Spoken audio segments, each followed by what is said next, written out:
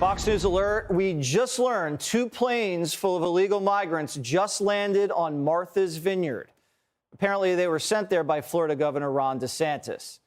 Fox News Digital got this video showing the migrants landing on the ritzy island where President Obama has a summer home, and the Clintons hold their ritzy fundraisers there, and it's where Bill Gates takes his vacations. I wonder how they'll greet their new neighbors. Joe Biden's immigration crisis has turned our border into a third world country. But don't take our word for it. Texas Representative Tony Gonzalez said last month, it's a scene that you would see in a third world country, not in the streets of El Paso. The congressman's right. Border towns like El Paso are starting to look more like San Francisco or Portland. Homeless migrants sleeping on the street without access to toilets. Local reports say the smell of human waste is overwhelming. And locals are afraid for their safety, claiming migrants have killed people's guard dogs in order to steal. They're also leaving a highway full of garbage in their wake. This is video from Eagle Pass, Texas. Look at all the trash. This is someone's private property, by the way. Not very environmentally friendly. And locals talked to Fox News Digital and said they've had enough. We're leaving a lot of trash. A lot of migrants are dying in the river. All those things are affecting the city. We used to close our business at 9. We now close at 7. As it is right now, it's not safe, especially for a lot of the ranchers. The situation, it's not under control. They say they want Joe Biden to come down to the border and see the wreckage for himself, but I don't think they should be holding their breath. We're learning new details about funeral plans for Queen Elizabeth. We're told the Queen's grandchildren, including Prince William and Prince Harry, will stand vigil by the Queen's coffin tomorrow night, where we will see Prince Harry wearing his military uniform for the first and only time. Tonight, King Charles and his siblings will stand vigil as the Queen lies in state, with Princess Anne making history as the first woman to ever participate in that tradition. For members of the public hoping to see the Queen's coffin, the line is now paused after growing more than 5 miles long, and the wait time is estimated to be about 14 hours. And now we're hearing there's even a line for the line. It's all leading up to Monday's state funeral here at Westminster Abbey behind me, and ABC's Faith Abcnlupdate has more on that. Faith, what's the latest on Monday's plans? Well, you know, we've seen, Diane, over the last few days, the love the people here in the UK have for their late monarch.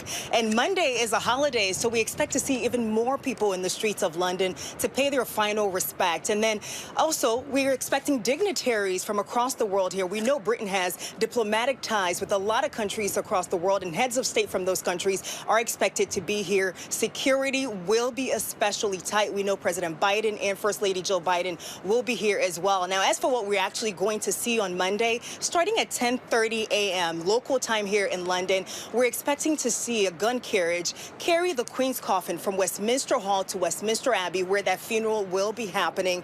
And the scene will be much like what we saw just 2 days ago when that procession happened from Buckingham Palace to Westminster Hall. And so we'll see the Queen's coffin, we will see the military band playing, we will see the royal family behind the coffin. But imagine on a much, much significantly larger scale than what we saw the other day. And it will be a very emotional day as the crowd watches along as this funeral happens, because essentially it will be the last time and that final goodbye before Queen Elizabeth is buried.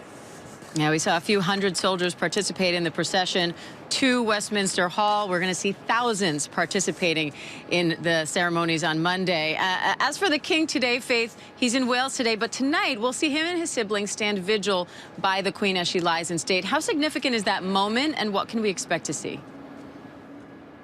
I think, Diane, at the end of the day, this will be the moment, another moment, really, where we just see that this, at the end of the day, this is just a family that's lost a loved one, right? A very human moment when we see the Queen's 4 children standing around her coffin, paying vigil for about 15 minutes this evening. It doesn't get really more human than that. And so this country has watched several moments along this, this journey, this period of mourning, where the royal family has been, very stoic, but also showing emotion at times. And so they've been there supporting them every step of the way, wishing them well, sharing their condolences, offering their condolences, and we're expecting to see much of that tonight. But again, at the end of the day, this will be 4 children just saying goodbye to their mother once again.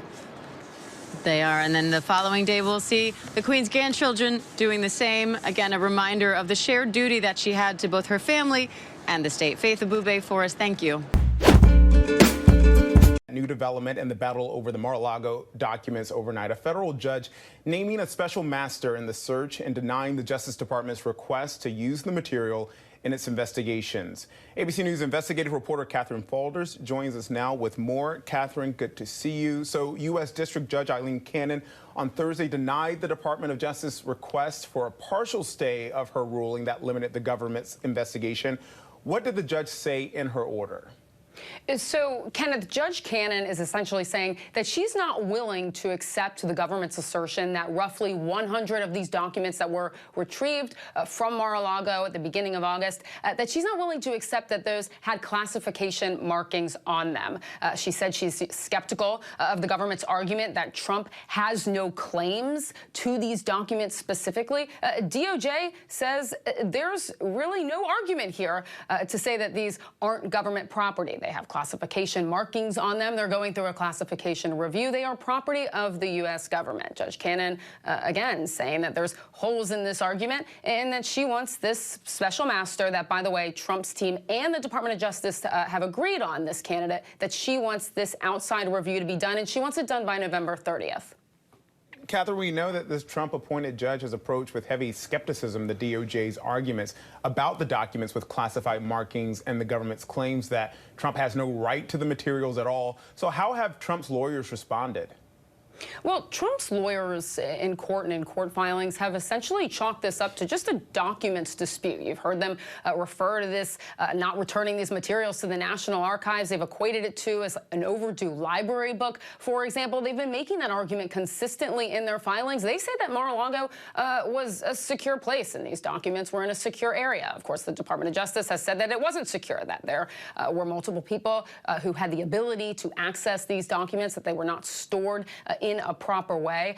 Trump's team obviously viewing this as a victory, but I think it's worth pointing out that his lawyers have not claimed in court that Trump had declassified these documents before leaving office. This is something that Trump has said publicly that he did. These documents are undergoing a classification review, but there's a reason that the lawyers have not claimed that in court, because they do acknowledge to some extent that, sure, these documents are sensitive. Yeah, and prosecutors keep sounding the alarm here, warning of harm to national security from the FBI having to halt their criminal investigation, but also because of the severe impact on the intelligence community. So what are the government's next steps here, Catherine? So, look, we know that DOJ has appealed this full ruling. There's been a lot of litigation back and forth and a lot of filings over the course of the last week. But they've appealed the ruling to the 11th Circuit as it relates to the ruling of a special master, generally speaking. Now, on this ruling that came from the judge overnight, we're expecting DOJ to ask for some sort of emergency relief here to appeal this decision. You see there, that graphic you have up on the screen, what DOJ has said, that they want, that this will affect their criminal investigation, that they want to move forward with this, Kenneth, and it's essentially on hold for about 2 months here or so. So that's the next move we should expect from DOJ, and then we'll see where it goes from there. We'll see what the 11th Circuit says. And we know that you will keep watch on it. Catherine Faulders, thank you so much. Appreciate it. We begin with another Trump ally having his phone seized by the FBI. And it's someone you may have heard of, Mike Lindell, CEO of MyPillow, but also, the reason he's come up in these cases, a very well-known and rich public ally and supporter of Donald Trump, including in the big lie, the lies about the election, the lies about its results. He says the FBI stopped him and seized his phone. We stopped to go through a Hardee's in Mankato, where I was born, in Mankato, Minnesota. And cars pulled up in front of us, to the side of us, and behind us. And I said, these are either bad guys or the FBI. Well, it turns out they were the FBI. There you have it. He's talking about what he went through and gives you a little bit of a clue into how law enforcement works. They know where he is. They choose a place where they think they can make the best possible contact, and they take what they need to that they've had lawfully approved. He's a conspiracy theorist. He's had a front row seat in the Trump White House. He says the feds there, as you heard, took the phone. This comes after they seized the phones of other Trump aides, including one who admitted to the fraudulent elector plot right here on this broadcast. 7 Trump allies have had their phones now seized. This My Pillow CEO is kind of an interesting addition because it is mostly political leaders or lawyers who have what you might call a more formal role in working for Donald Trump. John Eastman released this video of the FBI seizing his phone. That was earlier in the summer. Now, the feds have used search warrants each time for each incident that we know of, and that means they got an independent judge or magistrate to approve it, that they already submitted enough evidence to show that there was at least a likely or probable suspicion about material that would prove a crime. Doesn't mean the person's phone matches the crime. It might be that they know about somebody else's crime. But it's still something you have to prove to a judge, and it's never a good sign if that's what the FBI needs from you. There are about 40 new subpoenas over the past week, according to New York Times reporting. That's the federal side. Then you have the January 6th committee in Congress. They have a goal now to do new public hearings starting by the end of the month, September 28th. Donald Trump has been attacking left and right. He's got more than one legal investigation he's facing. And he also found time to call Ashley Babbitt's mother, whose daughter was fatally shot during the insurrection, when you had all of those different standoffs, and you saw how much the insurrectionists were creating these different pockets of danger, and the authorities were overwhelmingly restrained, although that was a person who was killed, which is always a tragedy in a law enforcement scenario. But Donald Trump taking the side of arguing that the people who created the danger, who created the very environment that led to the kind of threats and risk that got the use of force engaged, that got Miss Babbitt killed, he's trying to take their side.